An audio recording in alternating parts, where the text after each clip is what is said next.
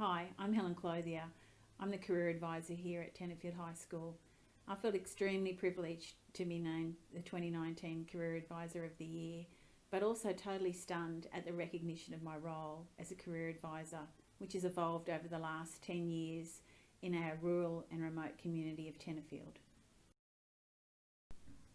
Tenterfield is a historic town situated in the New England region and is known as the birthplace of Australia after Sir Henry Parkes made his famous speech in 1889 calling for Australia's federation. With a population of about 4,500, the town lies only 24 kilometres from the Queensland border and about 200 kilometres west of Byron Bay. We have a lovely high school with around 250 students and a very committed staff providing quality education in our rural community. So, what does the 10 years look like for me? After moving to Tenterfield in 2006, I was employed as a casual for almost every day for 3 years across many KLAs. And at the beginning of 2009, I was asked to relieve in the Career Advisor role for a few weeks. And this was like winning the lotto, or so I thought, as everyone knew that Career Advisors didn't really do much other than sit in their offices. They moved papers around on their desks and they tried to look pretty busy. So from a blank canvas as to what my role was, obviously there was no handover or job description given. I began to fathom what I was meant to do. And I was really amazed at the filing cabinets in the offices, which were filled with just A to Z of jobs and an archive of papers dating back to the dawn of time, like almost somewhere around when man started to walk upright. There seemed to be a lot of finder words about jobs and lots of documents relating to work experience and a lot of paperwork with acronyms such as TVET, SBAT, VET, RTO, SPO, CAA, CICA, and a whole range of partnership programs. I had no idea who or what they were, and not to mention there are like hundreds of these blue school to work logbooks filling the bookshelves everywhere. So I really struggled through not just a few weeks, but what turned out to be the whole year. And then I was successful in my appointment to the permanent position through merit selection. And I agreed to complete my mandatory graduate certificate in career education and development through RMIT. As part of my training, I was mentored by Steve Orman from Kyogle High School, who coincidentally was the Career Advisor of the Year in 2004. And on entering his office, I recall experiencing an overwhelming sense of organisation and could see that he had had a real presence in the school. His motivation, passion and energy were inspiring, nothing like the sloth-like characteristics I had seen from a few career advisors throughout my career. I took that inspiration on board, and I believe that being visible, motivated and involving yourself in multiple school programs such as excursions and activities enables you to build a really good rapport with your students so that they get to know you, and then you get to know them, and they feel comfortable in seeking your advice. It was around about that time that I started to feel quite overwhelmed and alone, and watched as colleagues from KLAs all networked and shared resources, programs and ideas. And I felt like I was slowly drifting to the Galapagos Islands and a lonely future as a career advisor at Tenterfield High School. Realising that it was now up to me, I needed to change some of the stereotypes of career education and utilise some of the concepts that I'd studied in my training to rebrand my role in the school. So it was about this time that the process of natural selection started to kick in for me, and I realised to survive I would need to develop a career program that suited our students while addressing our school's isolated location. So my approach to careers and careers lessons focused on the workplace, particularly employability skills.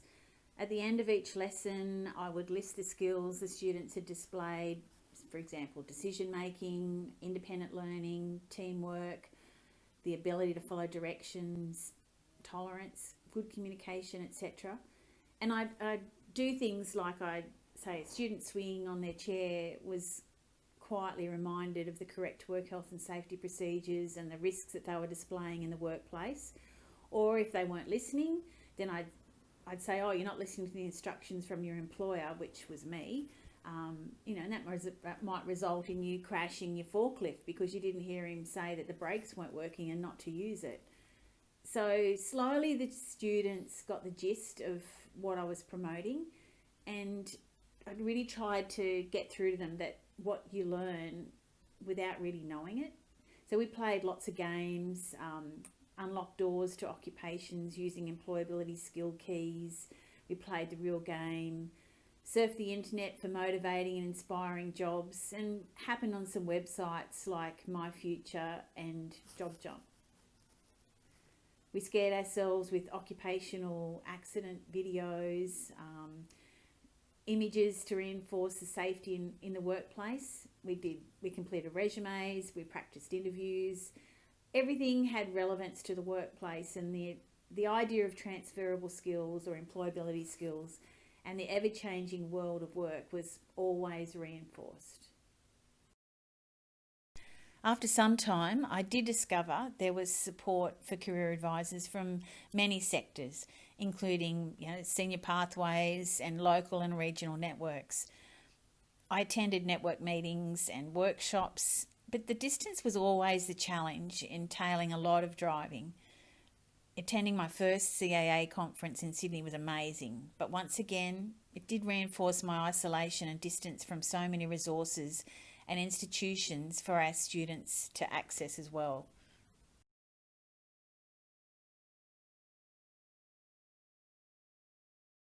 Each year my network of career advisors grew, and I was continuously inspired by what other career advisors were doing. And I also enjoyed attending different workshops, focusing on engaging youth and communities, and take back ideas I could use in the delivery of careers in the school. It was also apparent over the years how the profile and the importance of career advisors was being recognised. A lot can be attributed to the hard work by the CAA. I've been very fortunate too to have always been backed by a supportive senior executive in our school. So applications for grants, initiatives, career workshops and community events or excursions were always endorsed and totally supported, which was great. Unfortunately, travel to career expos and uni open days was often costly and entailed usually a 6 to 8 hour round trip, which was often just not justified.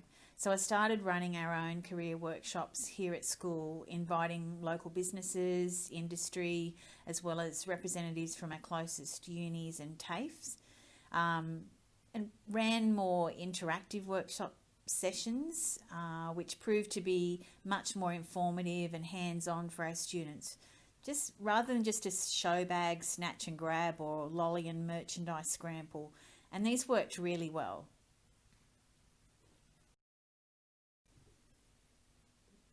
After some inspiration from a very interesting presenter from New Zealand, that was at a higher education participation and partnerships program conference. And this was really, it's about regarding engaging communities with their schools. So I decided to approach our principal at the time to give me the use of a classroom, which was fairly close to the front of the school. And I started running an Indigenous group and encouraged community and family members to attend some of our sessions. And the idea behind the location was so that community members felt more comfortable just coming into the front of the school. They obviously had to sign in, but they didn't have to walk all the way through the school, so they could just come in and go fairly easily.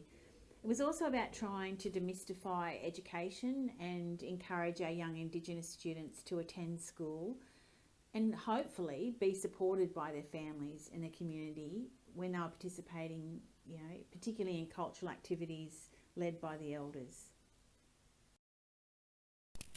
It was great to develop a good rapport with these students and assist them with their cultural and language understanding.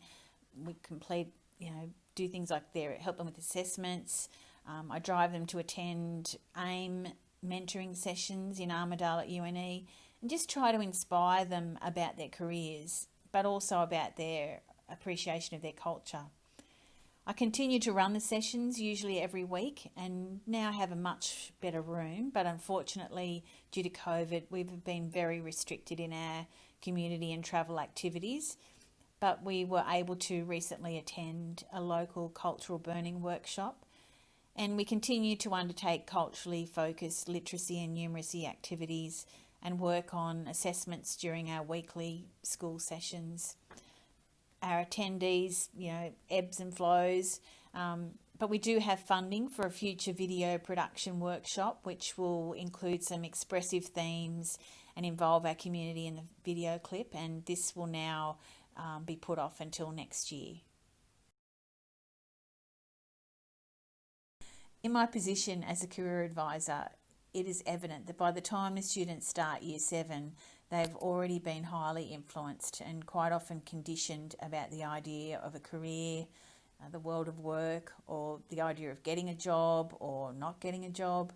That's all from their families and the communities around them.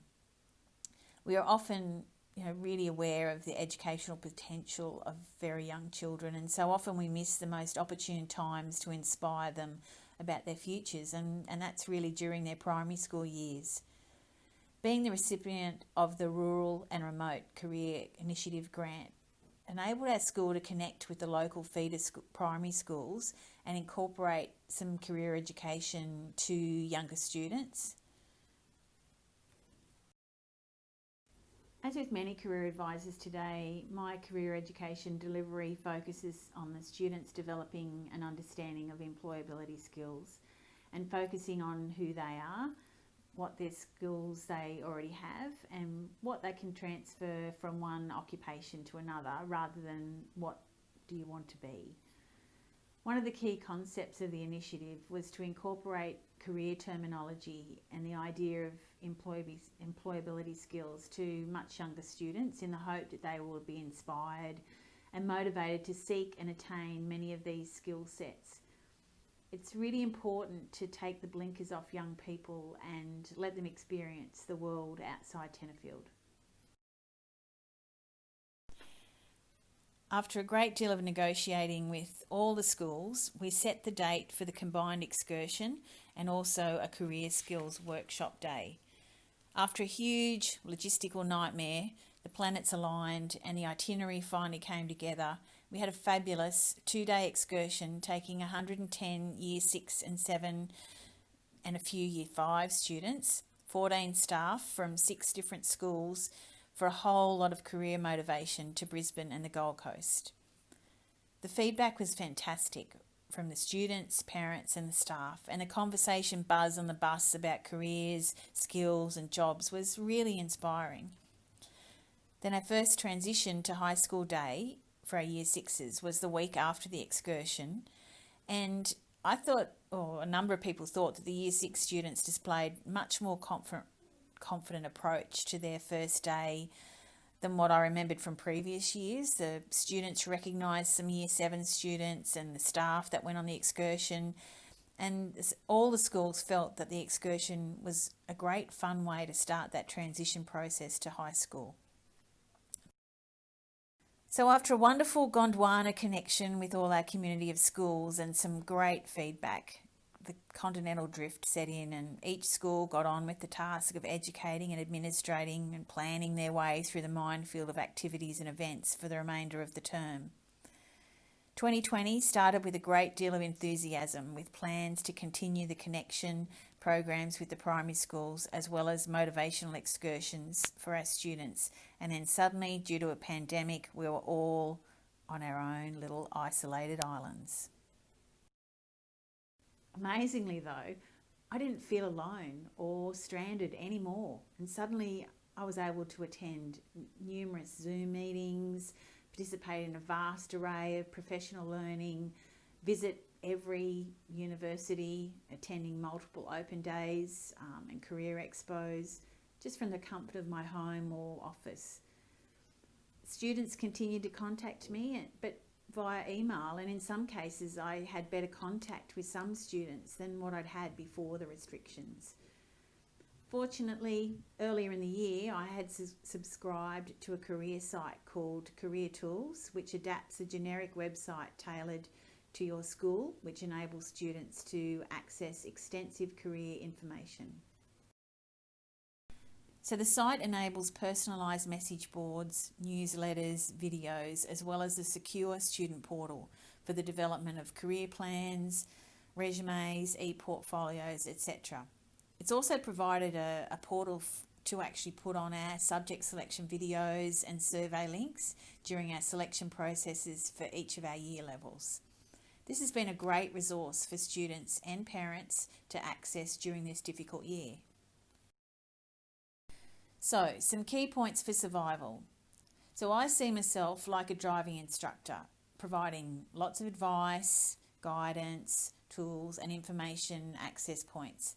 But students are the drivers of their own career journey. You need to be visible in your school. Motivation is really infectious, and so is positivity. Make sure that you access your networks, people around you that can help. Also, I think making your career lessons significant to the workplace really helps set them up for the future. Promote employability skills whenever you can, so that's all what you're learning without knowing it. It's important to immerse your students in lots of experience and hands-on activities when you can. And that's really to open their eyes to see what's out there. Link in with lots of resources and websites to keep up to date and make your job of information dissemination so much easier. And lastly, follow the mantra, like really find a job you enjoy doing and you'll never have to work a day in your life. So now in conclusion, while the pandemic has had a huge impact on all facets of our lives and the future of work, it has highlighted the key to our survival, and that is adaptability.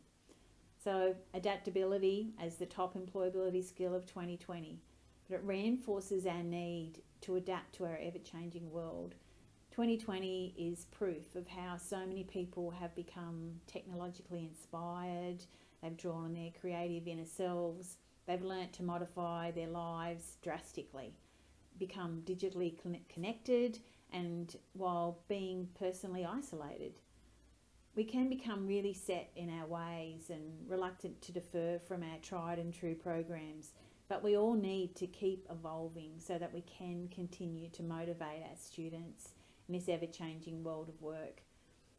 I only hope, though, that for our students here in Tenterfield, we'll be able to once again experience firsthand the feel of the university campus or a TAFE or college or a job site, or go to the cities and feel that bustle of city life. While the virtual world is so beneficial to connect at the moment, let's just hope that the real deal is never overlooked. Thank you.